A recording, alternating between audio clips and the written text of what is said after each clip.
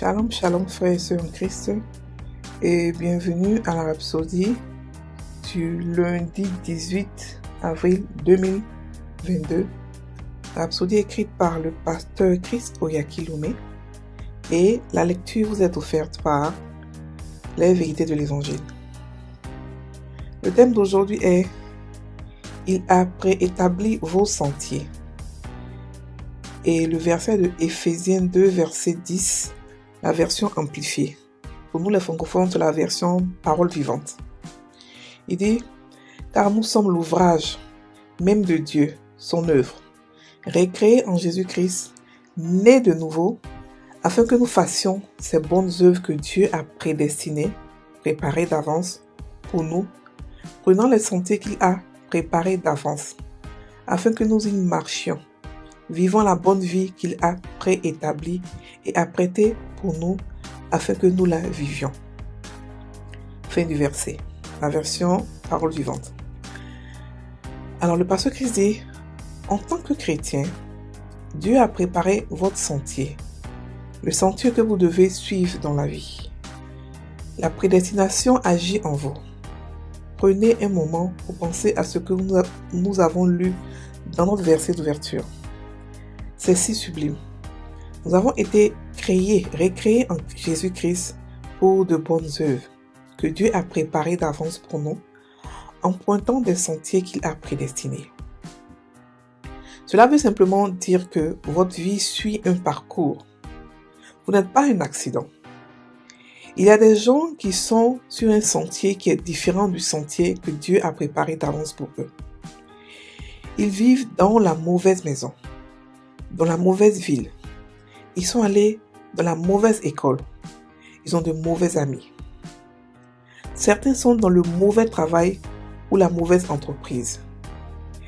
Ils ont de mauvais partenaires et sont dans de mauvaises associations dans la vie. Ils ne savent pas que Dieu a préparé un sentier spécial pour eux. Ainsi, ils s'efforcent et luttent dans la vie.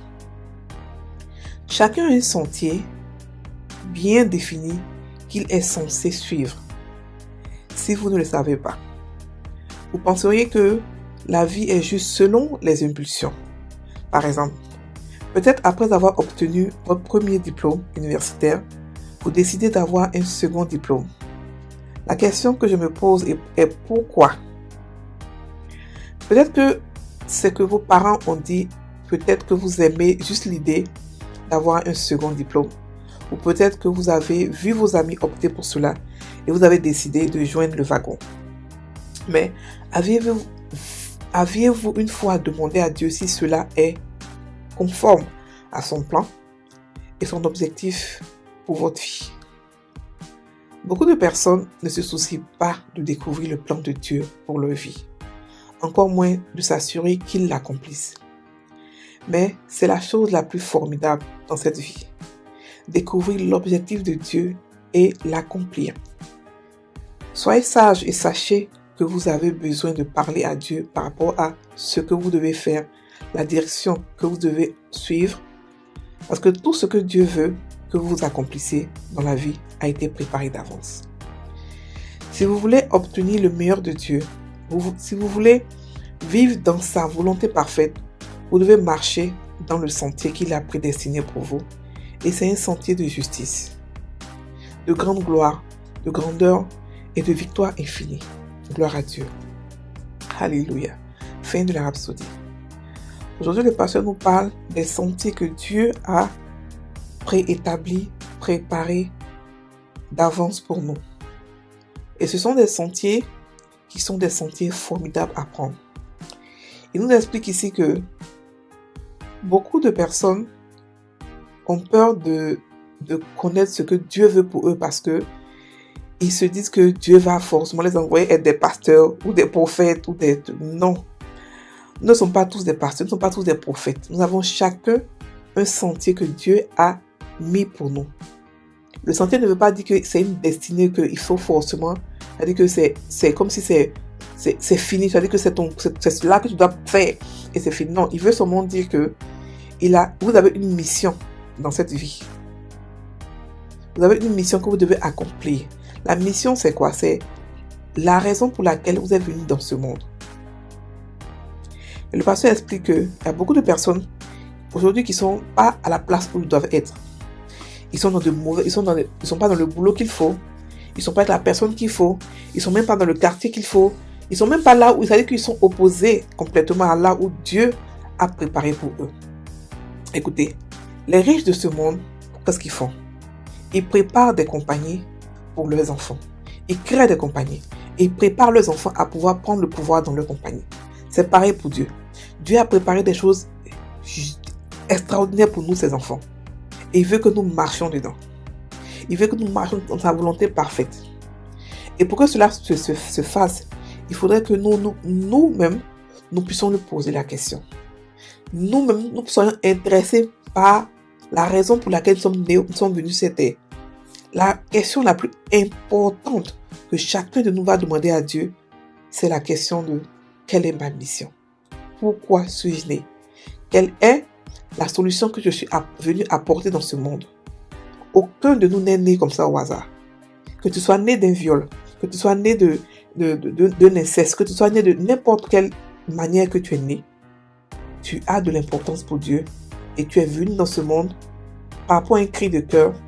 Tu es venu dans ce monde pour être la solution à un problème. Donc il faut demander à Dieu, quelle est ma mission?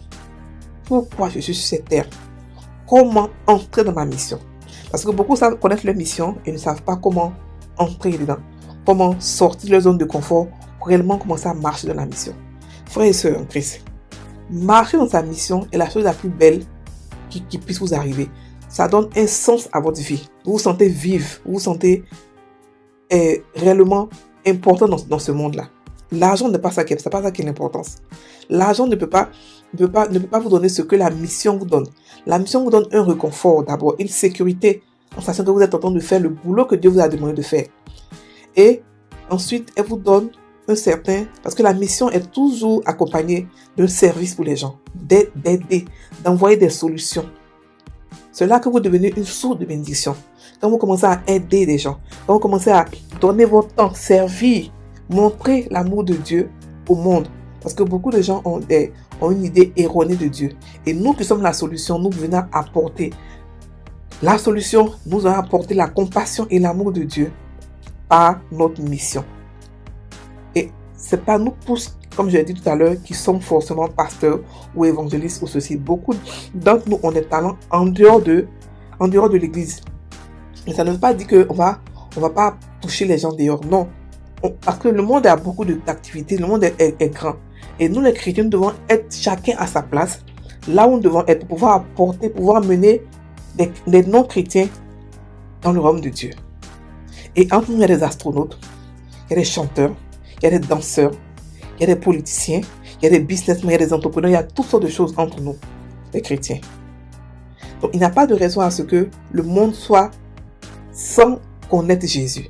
Parce que nous sommes nombreux et nous apportons Jésus partout où nous partons. Parce que nous sommes marqués par son sceau. Il est devenu un avec nous, il habite en nous. Donc frères et sœurs, cherchez votre mission et marchez dans la volonté parfaite de Dieu. Aucun de vous n'est venu sur cette terre pour souffrir. Non. Dieu a préparé un chemin. Dieu a préparé un sentier rempli de bonnes choses pour vous. Ça ne veut pas dire que non, qu'il n'y aura pas de difficultés dans ce que vous allez faire. Mais ça veut dire que parce que vous aimez la chose que Dieu va vous donner à faire, vous n'allez pas voir les difficultés comme des excuses pour pouvoir vous arrêter.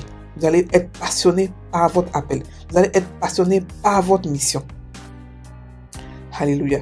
Donc découvrez où Dieu veut que vous soyez. Découvrez ce que vous êtes en Christ. Découvrez la mission de votre vie est la chose la plus importante. La question la plus importante que vous allez demander à Dieu et qui va vous répondre. Et il vous répond, Dieu répond toujours. Moi, mes prières préférées sont des prières questions. Parce qu'il répond toujours aux prières questions. Il va forcément vous répondre. Parce que c'est pour cela que vous êtes venu sur cette terre. Donc c'est une question à laquelle il ne tarde pas à répondre. Posez la question en prière. Étudiez la parole de Dieu. Vous verrez quel est votre appel. Quelle est votre mission. Alléluia. On va maintenant faire la confession. La prédestination agit en moi. Ma vie a un dessein avec Dieu. car il me conduit par son esprit dans les sentiers qu'il a prédestinés pour moi.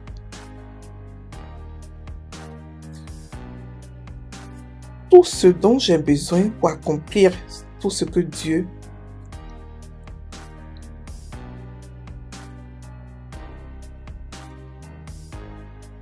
m'a appelé à faire est disponible en surabondance. Je suis conduit dans les sentiers du succès, de la victoire et de la prospérité infinie. Au nom de Jésus. Amen. Frères et sœurs en Christ, chaque matin à 5h GMT, nous faisons une prière de 1 heure, une prière de 30 minutes sur YouTube, la chaîne Les Vérités de l'Évangile, plus l'explication de la Rhapsodie. Vous pouvez nous joindre, vous êtes les bienvenus. Passez une très bonne journée.